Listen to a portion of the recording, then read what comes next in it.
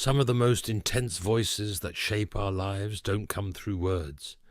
They manifest in the weight of regret, in the confusion that suffocates, in the pressure that never ceases, and in the anguishing silence precisely when we long to hear something from God. Many wonder if the Lord still speaks, but the deeper truth is this: He has never ceased speaking. The problem isn't His silence, but our inability to be still.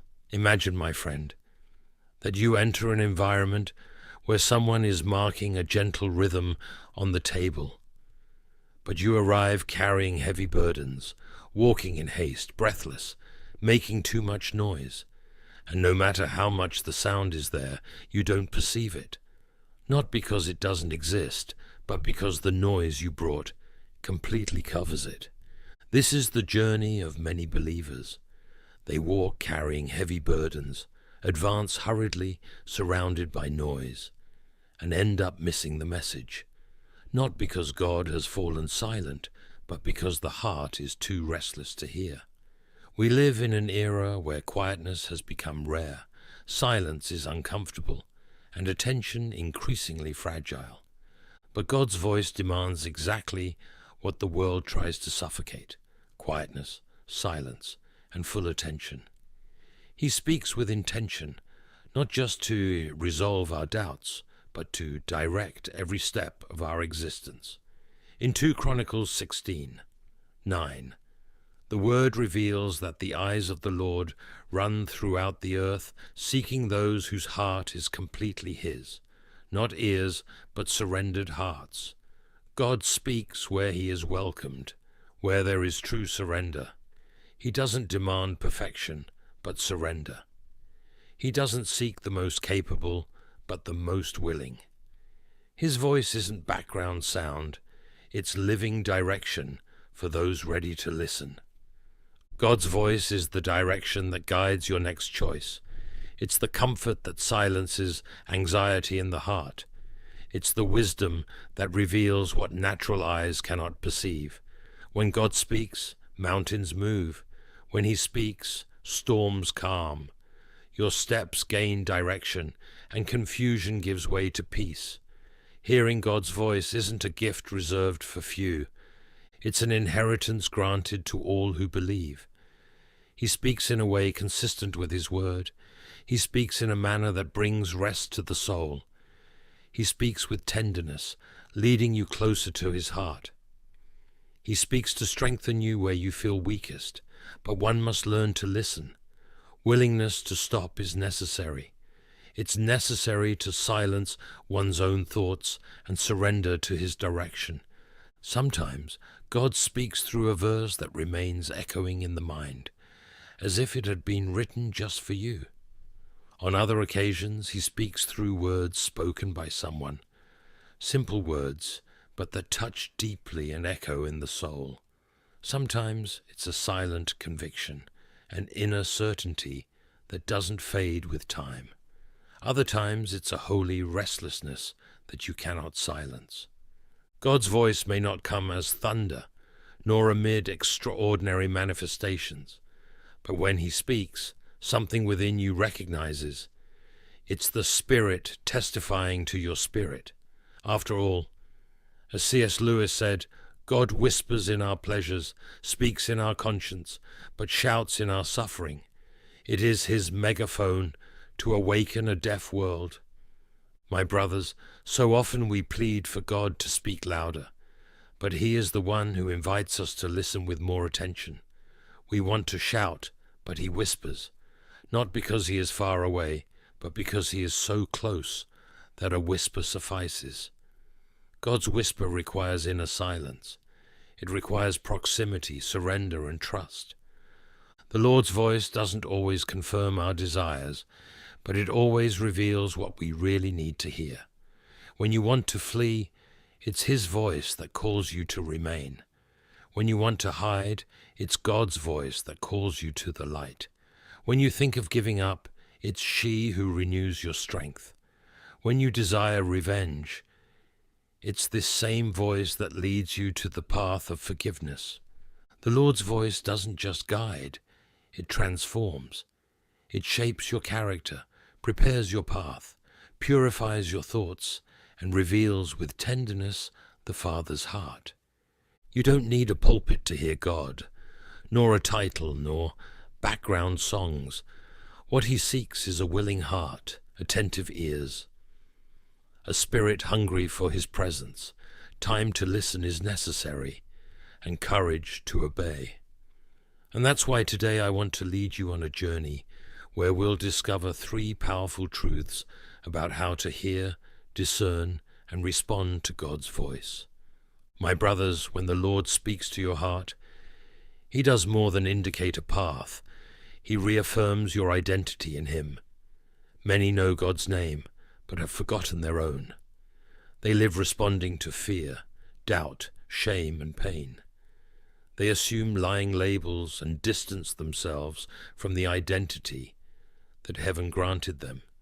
But when God speaks, he reestablishes the truth about who you really are. You are not the sum of your wounds. You are not what they said about you. You are not defined by the falls you've already overcome, nor limited by the difficult season you faced. When God's voice echoes clearly, it establishes your identity. It doesn't bring confusion, it dispels it. It doesn't feed your anxiety, it silences it. It doesn't repeat the accuser's lies, it reaffirms the Creator's truth. And there's no more powerful voice to shape who you are than that of the one who formed you with eternal purpose. He knows your true value. He knows the potential within you. He understands your limitations, and even so, knows how to speak precisely to the most intimate part of your being. My beloved, when God confirms who you are, something deep moves within you. You stop seeking approval in wounded places. You stop seeking validation in voices that will never understand your purpose. You stop hiding in environments where you were called to shine. You begin to position yourself with conviction, to enter places with serene confidence, to pray with boldness, to walk with firmness. And all this not because you've reached perfection, but because the Father's voice has declared the truth about your heart. The truth of your identity doesn't come from culture. It doesn't spring from comparison, nor does it sprout from human praise. It comes from the Creator's voice, from the God who formed you. Many spend a lifetime trying to find themselves, but the true encounter with who you are begins when you hear God's voice. His voice doesn't just bring information, it brings affirmation. It declares that you are chosen, that you are enabled, that you are known, that you are fully seen. Some still carry the name that pain imposed on them, others the label that fear placed on them. But God gives you a new name, a name that carries purpose, that carries mission, a name that expresses exactly how heaven sees you. When he speaks, what was distorted is restored. Your value is reaffirmed. Your dignity is rescued, and your doubts begin, little by little, to lose strength. No one remains confused about who they are after truly hearing God's voice, even if the process of clarity takes time, even if the surrounding scenario remains the same. For a while, something deep adjusts within you. Your identity is strengthened. Let's remember the words of Isaiah 43. 1. Fear not, for I have redeemed you. I have called you by your name. You are mine. Dear ones, this verse isn't just a poetic piece to charm the ears. It's an eternal affirmation from the God who knows each of us. He declares that we were created by him, molded by his hands, redeemed by his blood, called by name, and we belong to him. This is what God's voice reaffirms, not just the tasks you need to fulfill, but the essence of who you really are. This is your spiritual DNA, heaven's mark on who you are. You have a defined place in the divine plan. You are not a mistake. You weren't forgotten. You're not lost in the crowd. You are fully known and intentionally called. The more we get what we now call ourselves out of the way and let him take us over, the more truly ourselves we become. God doesn't mold us to erase our identity, but to reveal our truest self, the one that can only be understood in the Creator's light. And when you begin to hear this voice more than any other, confidence awakens within you, clarity returns to your understanding, peace rests upon your interior, and boldness begins to guide your steps. You stop doubting what God has already sealed. You stop rejecting what God has already affirmed about you. You stop fearing what God has already promised to resolve. When the Lord calls you by name, He's not just identifying you. He's reclaiming you for Himself. He's declaring with authority, "You are mine." You don't belong to your past. You're not defined by the scars you carry. You're not molded by the voices that criticized you. You belong to Him. This is the transforming power of God's voice. It breaks the labels the world tries to impose on you and realigns you with the name He wrote for you before you even existed. You don't need to conquer value. You just need to hear the Father's voice. You don't need to build an identity in the world's eyes. Just remain close to the Shepherd. He knows your name. He sees each of your tears. He understands your battles. He already contemplates your future. And when you begin to live in the light of the truth He declares about you, everything begins to align, because His voice doesn't just reveal who you are. It transforms how you walk. You stop fighting for attention. You stop begging to be understood. You stop living in fear of rejection. You begin to live as one who has already been chosen by the Father. You live as someone fully known and loved, as someone who hears the Shepherd's voice and responds with confidence and peace. You don't need to justify yourself. You just need to obey what He has already declared about you. My dear ones, let God's voice end the internal discussions. Let it silence once and for all the enemy's lies. Let it call you out of the hiding place of insecurity and lead you to the center of the purpose for which you were created. My friends, the Lord's voice doesn't always come as gentle comfort. Sometimes it arrives as an intense beam of light, clearly revealing what we've avoided facing for too long. Before healing happens, the wound needs to be opened. Before growth flourishes, the roots need to be examined. This is the ministry of God's voice, not to expose out of cruelty, but to restore out of love. It doesn't come to wound, it comes to heal completely. Correction isn't the absence of love, it's love in motion. Only those who truly care have the courage to touch what others prefer to ignore.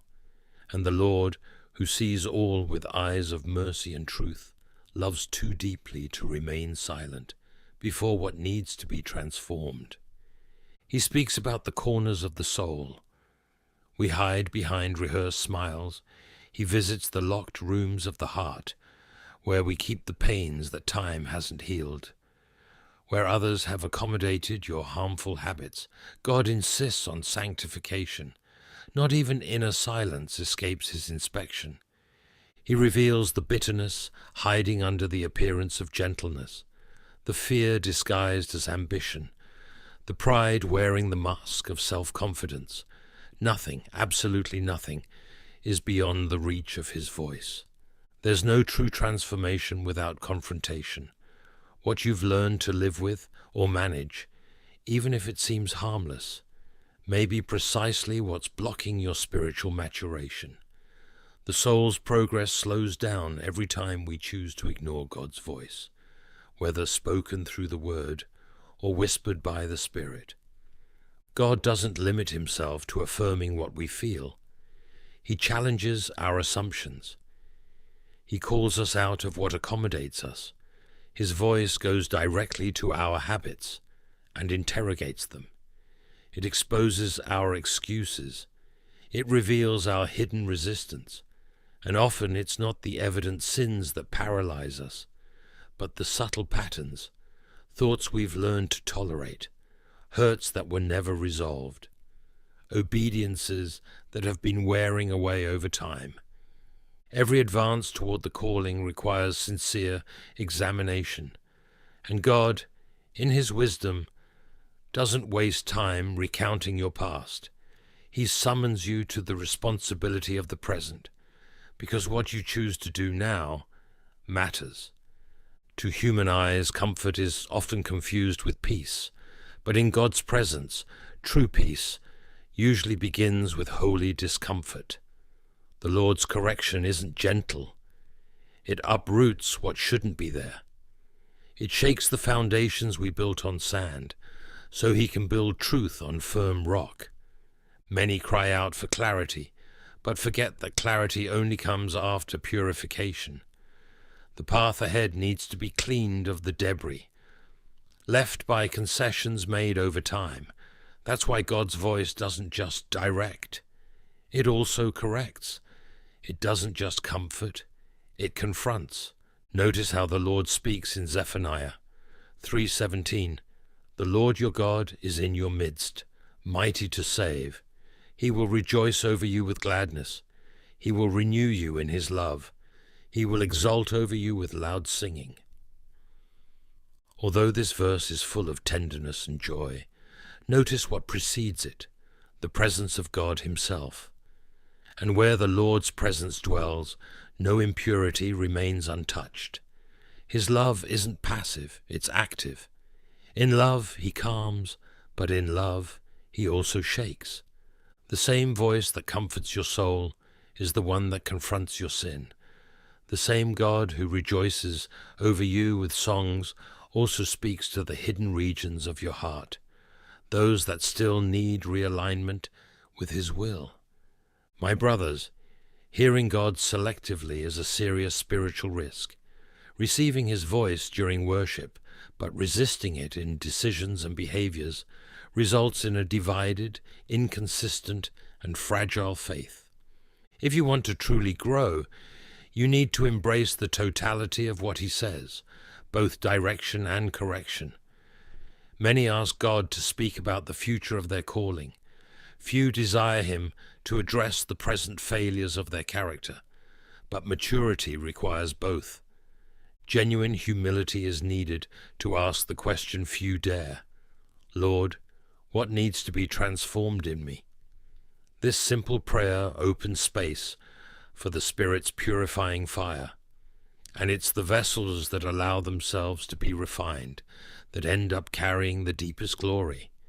When you allow God to speak directly to your weaknesses, that's when true strength begins to manifest.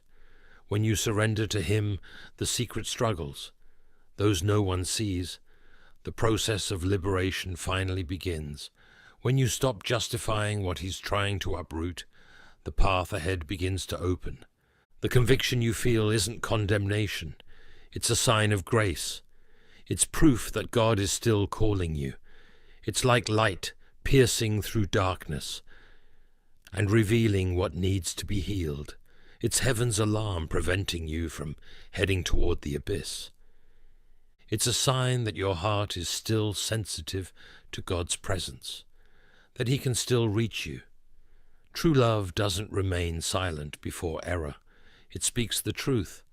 That's why often those who love us most tell us exactly what we'd prefer not to hear. They see the path ahead and speak because they care.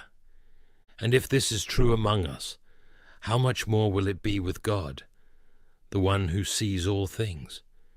He tells us the truth in love, not to shame us, but to protect and prepare us.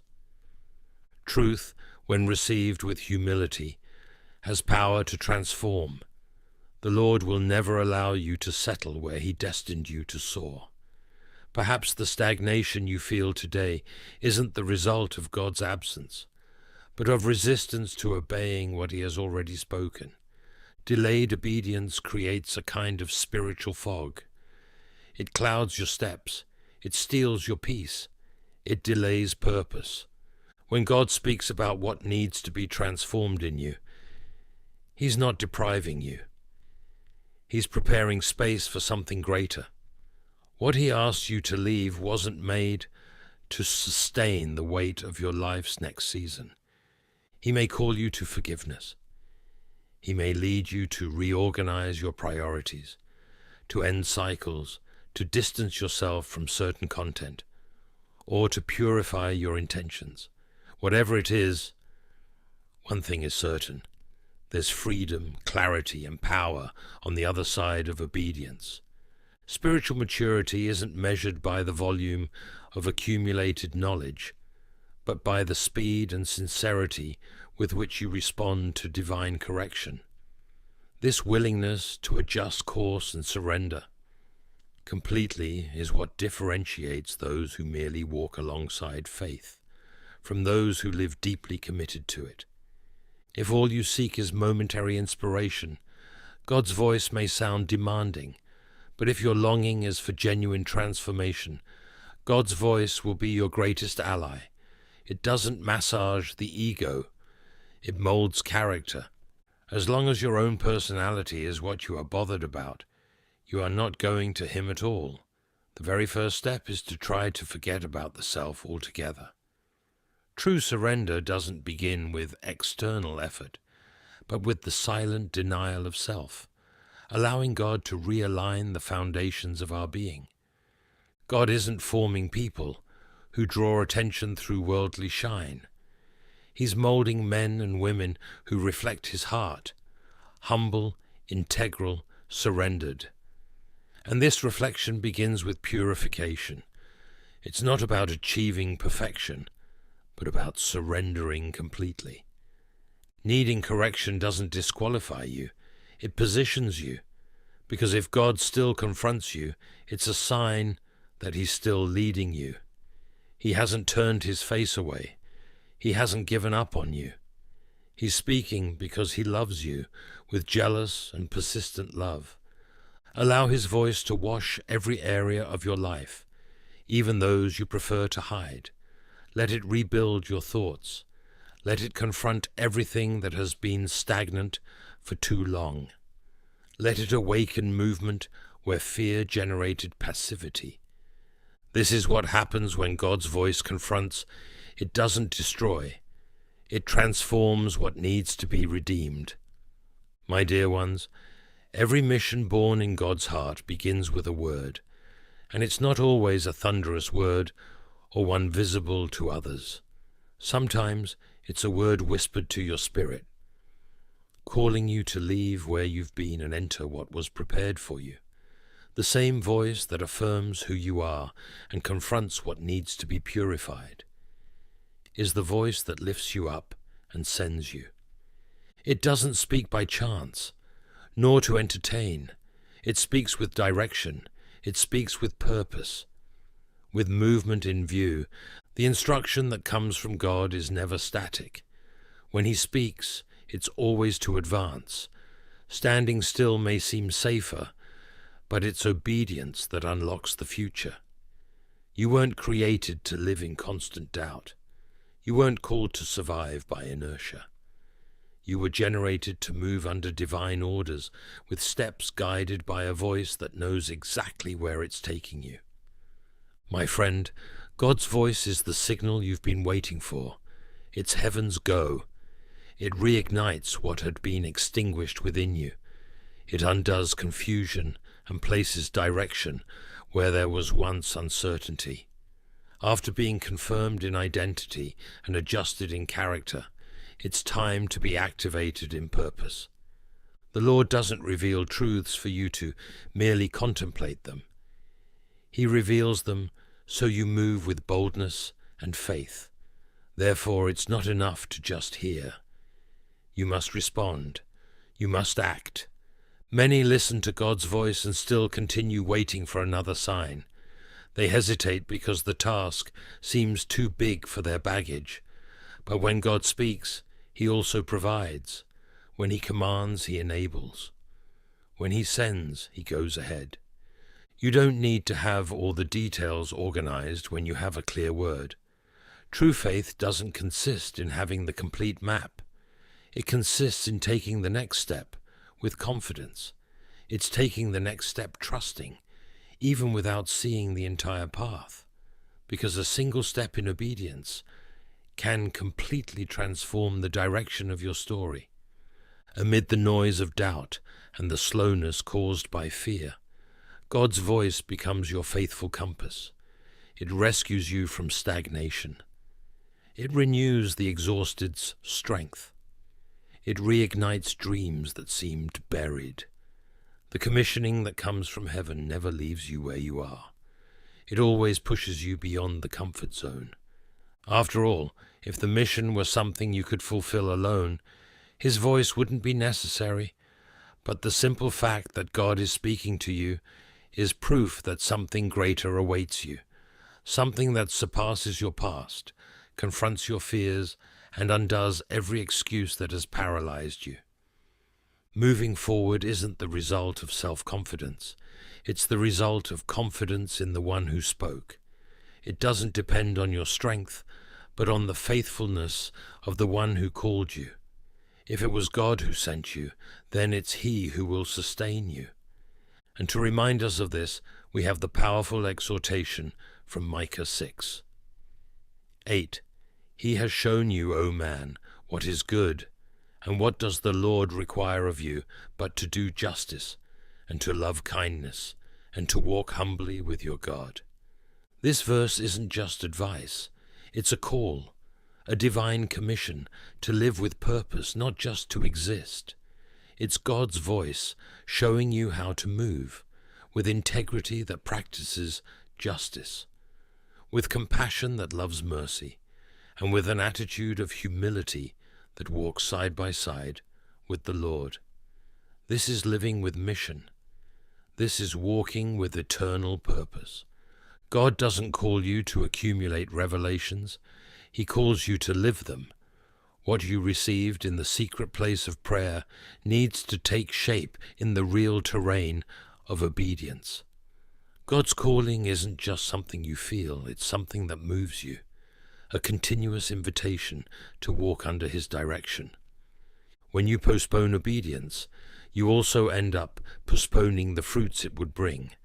And when you begin to question what God has already made clear, the heart gets lost in confusion. But when you move at the exact moment He speaks, you enter grace's rhythm. Many are waiting for open doors while ignoring the instructions that have already been delivered. They long for more signs when they've already received direction. They ask for more confirmations when they've already been commissioned. You don't need a new prophecy to begin. You need faith to walk on what has already been revealed. Because faith without action is just concept, but faith in movement transforms into living testimony. When you respond to God's call, you enter a supernatural alliance. You don't walk alone. His hand goes ahead, His favor surrounds you, and His Spirit enables you from within. Obedience may not be the most comfortable path, but it's always the most rewarding. It positions you for divine encounters that no human effort could produce. It leads you to unexpected provisions. It places you exactly at the point where miracles collide with action, where heaven touches earth through your movement. Many delay advancement because they're waiting to feel ready. But readiness isn't an emotion, it's a decision. You become ready the moment you obey. God doesn't choose those who are already prepared. He prepares those who respond to the call. He doesn't look for those who have everything in order. He looks for those willing to say, "Yes, Lord." You don't need to see all the details of the path. You just need to give your yes. You don't need everyone around you's approval. You need to be in tune with the one who called you. God's voice carries creative authority. When he says go, creation itself moves. When he says speak, anointing follows. When he commands build, resources manifest.